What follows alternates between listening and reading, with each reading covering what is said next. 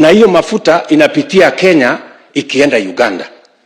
Jameni, unaweza kutueleza vipi ati bei ya mafuta hapa Kenya mahali ni karibu na mahali mafuta inatoka iko bei juu kuliko Uganda, na Uganda inachukua mafuta kutoka hapa kwetu? That is the explanation that Kenyans want to know.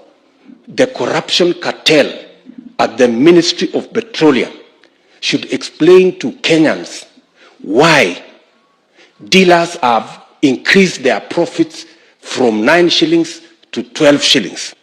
Why the ministry is protecting the whole market and operates now like a cartel that is hurting the ordinary people of Kenya, to the extent that fuel products in Kenya are more expensive than fuel products in Uganda, and yet the same fuel products come from the same destination, pass through Kenya before you go to Tanzania, or even you go to Uganda.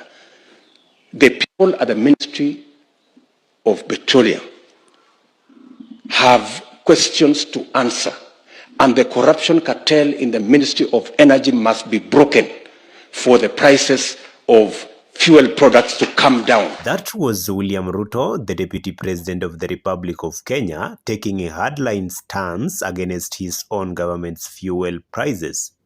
Back then, he boldly accused the Ministry of Petroleum of protecting corruption cartels and demanded direct accountability for the suffering of ordinary citizens.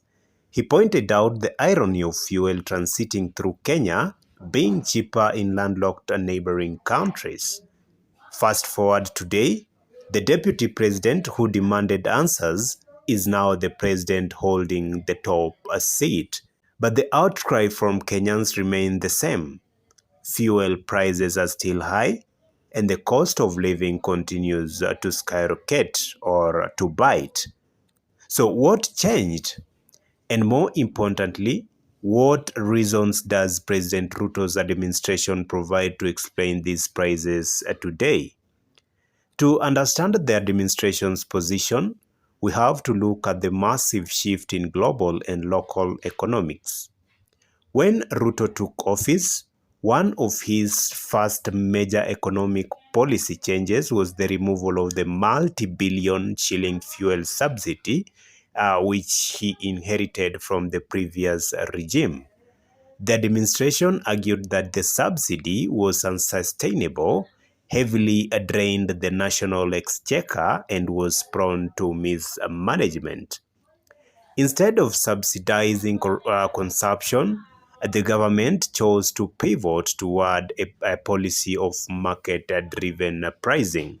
Furthermore, the government points to severe macroeconomic headwinds that any leader would have to face. Number one, the foreign exchange crash. Oil is traded globally in US dollars. The severe depreciation of the Kenya shillings against the dollar over the last few years meant that even if global oil prices remain steady, buying that same oil costs significantly more in local currency. Number two, global supply disruptions. Geopolitical tensions and supply chain bottlenecks continue to volatilely impact international crude prices. Number three, taxation realities.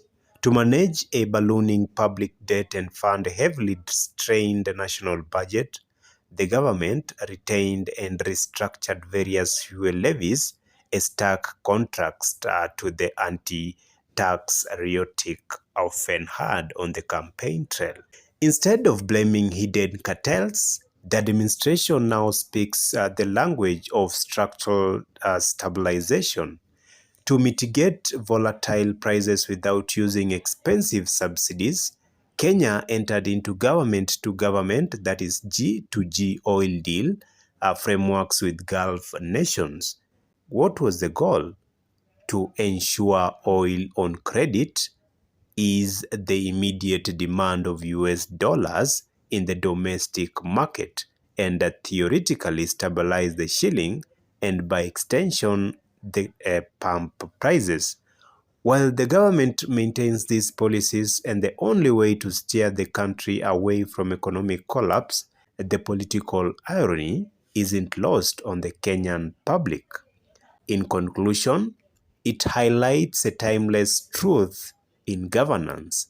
Looking at economic problem with the outside as an opposition figure or deputy is very different from managing it from the top seat, where global forces, national debt, and systematic realities collide. But what do you think? Is the administration's shift from blaming internal cartels to navigating global economic realities a justified explanation? Or do the arguments he made years ago still hold a mirror in today's policies?